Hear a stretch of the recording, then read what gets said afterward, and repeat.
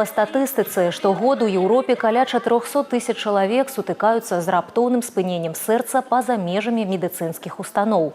90% такіх выпадкаў з'яўляюцца смяротнымі.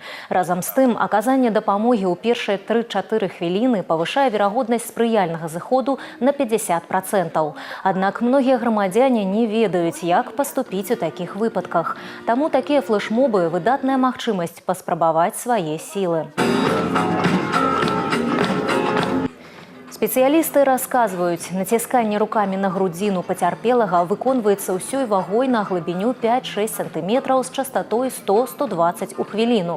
Пасля 30 націсканняў рукамі на грудзіну пацярпелага неабходна ажыццявіць штучнае дыханне метадам рот да роту. Студэнты і валанцёры сёння паспрабавалі ўсё на практыцы і гатовы выратаваць жыццё пры неабходнасці. Асноўная мэта флэшмоба – прыцягненне ўвагі грамадства да неабходнасці набыцця навыкаў, якія могуць выратаваць жыццё. Сардэчна-лёгачная рэанімацыя – працэдура, якую павінны ўмець рабіць усе.